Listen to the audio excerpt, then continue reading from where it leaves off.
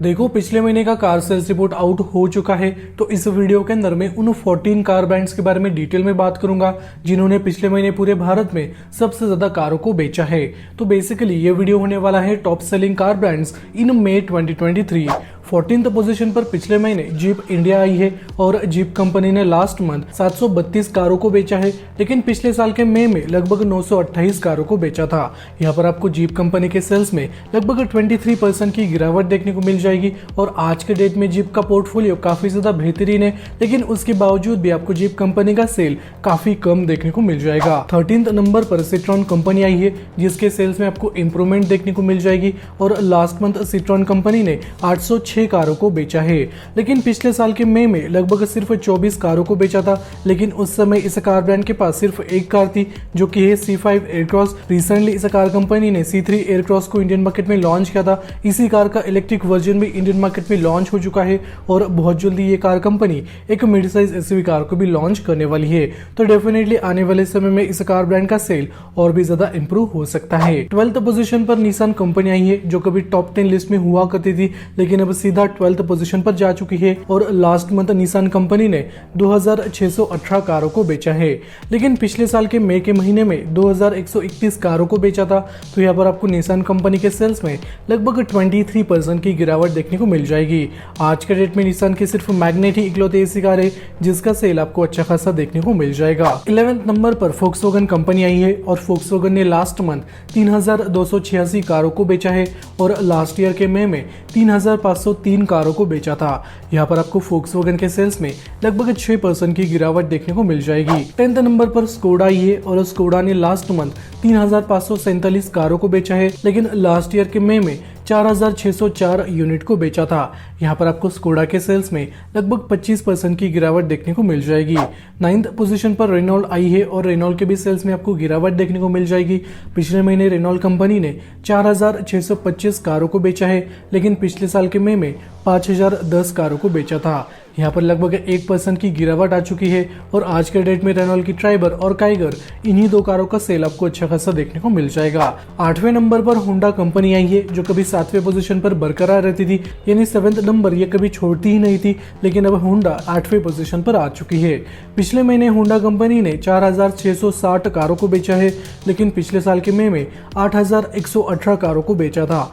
यहाँ पर आपको होंडा कंपनी के सेल्स में लगभग 43% की गिरावट देखने को मिल जाएगी और इसी महीने होंडा की तरफ से एक न्यू SUV कार को इंडियन मार्केट में लॉन्च किया जाएगा जिसका नाम रहेगा एलिवेट। इस कार के ऊपर ऑलरेडी एक वीडियो मैंने बनाया है, लिंक आपको आई बटन में या फिर डिस्क्रिप्शन बॉक्स में मिल जाएगी। 7th पोजीशन पर MG मोटर्स आई है जिसके सेल्स में आपको ग्रोथ देखने को मिल जाएगी। पिछले महीने MG कंपनी ने 5006 यूनिट को बेचा है, लेकिन लास्ट ईयर के मई में लगभग 4008 कारों को बेचा था।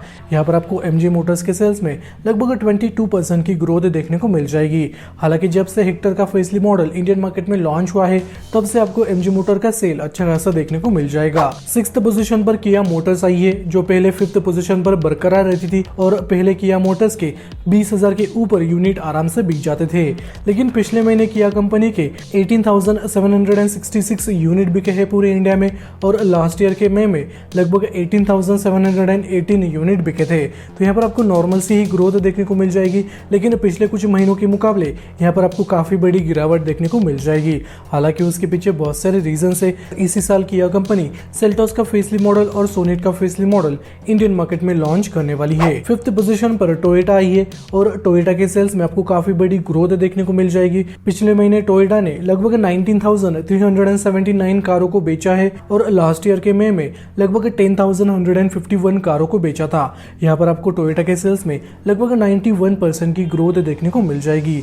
रिसेंटली टोयोटा ने हाई क्रॉस को लॉन्च किया था, हाई राइडर को लॉन्च किया था। दोनों ही कारों को काफी बेहतरीन तरीके से रिस्पांस मिल रहा है। वैसे टोयोटा की कौन सी कार आपको अच्छी लगती है कमेंट सेक्शन में जरूर बता देना। 4th पोजीशन पर महिंद्रा आई है और महिंद्रा के भी सेल्स में आपको थोड़ी सी इंप्रूवमेंट देखने को मिल जाएगी। लास्ट मंथ महिंद्रा ने 32,886 कारों को बेचा है और लास्ट ईयर के मई में लगभग 26,904 कारों को बेचा था। यहाँ पर महिंद्रा के सेल्स में 22% की ग्रोथ हो चुकी है और आने वाले समय में ये ग्रोथ डेफिनेटली बढ़ने वाली है। 3rd पोजीशन पर टाटा मोटर्स आई है और टाटा मोटर्स ने पिछले महीने 45,984 कारों को बेचा है और लास्ट ईयर के अप्रैल में लगभग 43,390 692 कारों को बेचा था।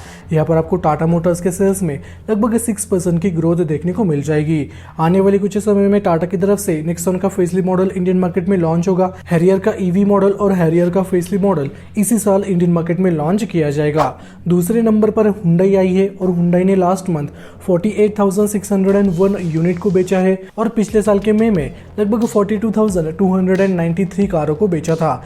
यहाँ पर आपको हुंडई के सेल्स में लगभग 15% की ग्रोथ देखने को मिल जाएगी। फर्स्ट पोजीशन पर मारुति सुजुकी बरकरार है और मारुति सुजुकी ने पिछले महीने 1,43,708 कारों को बेचा है, लेकिन लास्ट ईयर के मई में 1,24,474 यूनिट को बेचा था। तो यहाँ पर आपको मारुति सुजुकी के सेल्स में लगभग 15% की ग्रोथ देखने को मिल जाएगी। तो ये 14 कार ब्रांड्स थी जिन्होंने पिछले महीने पूरे भारत में सबसे ज्यादा कारों को बेचा है, लेकिन यहाँ पर आपको फोक्सवैगन के सेल्स में गिरावट देखने को मिल जाएगी।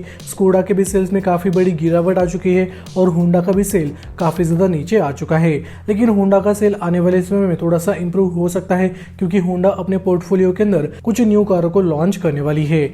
जैसे ही कोई न्यू कार इंडियन मार्केट में लॉन्च होती है, मैं आपको वीडियोस के थ्रू जरूर अपडेट कर दूंगा। उसके लिए आपको चैनल को सब्सक्राइब करके बेल नोटिफिकेशन को ऑन करके रखना है।